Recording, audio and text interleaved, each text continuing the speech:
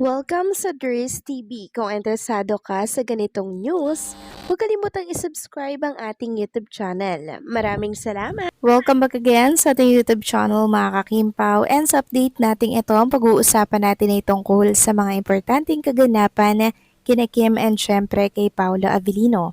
Pero bago po ang lahat, maraming salamat sa inyong patuloy na pag-support at pagsubaybay sa mga daily update natin. Kaya naman bilang pasalamat, narito po ang ilang napili kong komento patungkol ito sa naging previous update. Isang komento lang pala.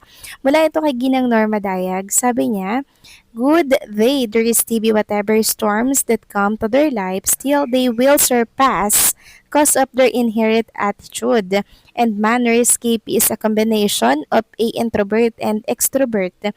Just a good combination if a couple very compatible with each other through their plans and desire in life. They have every unique and desire with their family. Both of them safe God-fearing, so really, the will of God will be fulfilled in the future. God bless this couple and drive evil ways that hinder their life's journey in showbiz world. God bless KP." Maraming salamat sa komento, Ginang Norma Dayag. Yes, tama po kayo dyan. Kahit ano pong storm or pagsubok ang pagdaanan po nila sa kanilang buhay, ay mapagtatagumpayan po nila ito mga kakimpaw, 'di ba? Dahil alam naman natin na napakabuti po ng kanilang puso. Hindi po sila pababayaan ng Diyos na may likha po dahil nakikita po niya talaga kung gaano kabusilak ang puso ni Kim and Paulo. Kaya nga po very compatible sila mga kakimpaw para po sa isa't isa. Kaya ipag-pray natin na sana sila na po talaga panghabang buhay at mauwi po sa kasalan ang kanilang relasyon mga kakimpaw, 'di ba? Kasi talagang bagay na bagay po sila. So maraming salamat po sa komento, Ginang Norma Daya. God bless po sa inyo at mabuhay kayo. So eto na nga, pag-usapan na natin ang mga balita po na nakalap natin sa araw na to ng Martes at unahin na nga nating pag-usapan ang tungkol po dito sa ipinadala po ng Mayrai para kay Chinita Princess mga kakimpaw. So meron siya dyang bouquet of flowers. Siyempre, meron din pong pakik ang Mayrai na color red. Napaka-sweet naman ng Myra Ultimate dahil talaga naman mga kakimpaw na nagpadala pa sila ng cake, flowers, at hindi lang po Mayrai mga kakimpaw nagpadala, kundi yung mga brand na hawak din po ni Chinita Princess. Tunay nga pong bumaha po ng cake para kay Chinita Princess dito po sa studio ng It's Showtime. Sabi nga po dito, non-stop birthday celebration. Happy birthday Chinita Princess from your Myra Ultimate family. So yes mga kakimpaw, no, non-stop ang birthday celebration ni Chinita Princess. Talagang kahit saan siya magpunta mga kakimpaw, talaga naman pong merong nagbibigay sa kanya ng cake and ng bouquet of flowers. And also, si Hello Chris din po, mga kakimpaw, meron din pong pa-bouquet of flowers kay Kim Chu with matching letter at mga picture ni Chinita Princess. So, grabe no, sobrang grateful at thankful po si Kim Chu sa mga nagmamahal at sumusuporta po sa kanya. Samantalang next topic naman, pag-usapan naman natin mga kakimpaw tungkol nga po dito sa naging rehearsal ni Kim and Paula Avellino kagabi na kung saan ay para po ito sa world tour nila. Sobrang sweet kasi nila doon mga kakimpaw, 'di ba? Ang lambing-lambing nila mga kakimpaw sa totoo lang. At alam nyo ayaw po yan ng mga bashers. Sabi nga dito, lolang basher umay na. Kung sawa ka na sa kimpaw, simple lang naman ang solusyon, scroll down or mag-block ka. Hindi kailangang mag-comment ng nega kung hindi mo naman gusto ang nakikita mo. Sa dami ng nagpo-post tungkol sa Kimpaw, isang bagay lang ang pinapakita niyan. Marami ang sumusuporta at natutuwa sa kanila. Hindi mo man sila trip, okay lang yan, iba-iba naman tayo ng gusto, pero sana matutunan din nating rumespeto sa kasiyahan ng iba. Hindi porket hindi mo gusto, kailangan mo na agad i-down. Let people enjoy what they love. Spread good vibes, hindi negativity.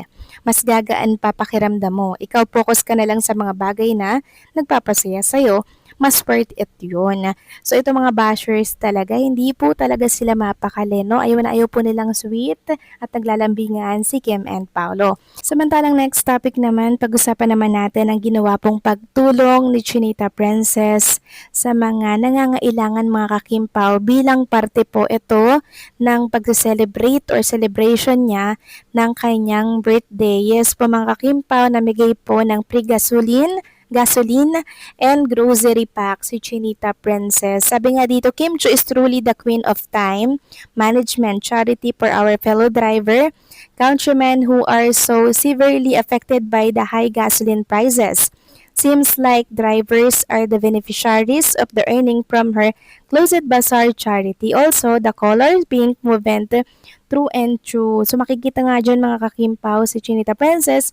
Dala-dala po yung grocery pack na naglalaman po ng mga dilata, kape, bigas. Nakakatuwa si Kim Chu kasi sobrang buti talaga ng kanyang puso. Talagang nag-share po siya mga kakimpaw ng blessing sa iba. Salip na siya yung regaluhan, di ba?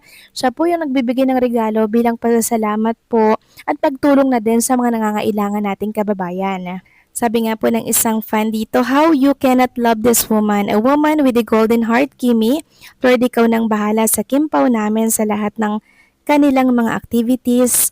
Pakipanalo po sila please. Thank you. So eto po mga kakimpaw, yung mga grocery pack, sobrang dami po niya nakalagay sa color pink po na eco bag and punong-puno po yan ng mga grocery, mga pangangailangan po sa araw-araw. Talagang napakabuti po ng kanyang puso at hindi lang yan mga kakimpaw ha.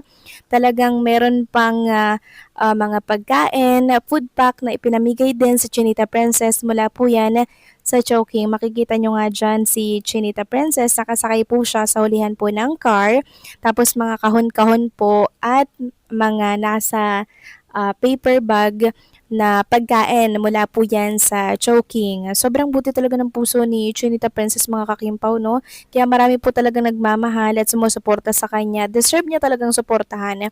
Kasi yung mga blessings po na natatanggap niya, binabahagi or sineshare niya din mga kakimpaw sa mga tunay po na nangangailangan lalo na po ngayon, 'di ba? Talagang kinakailangan po ng tulong ng mga driver po na apektado dahil po sa tumataas po na presyo ng gasolina dahil po sa krisis.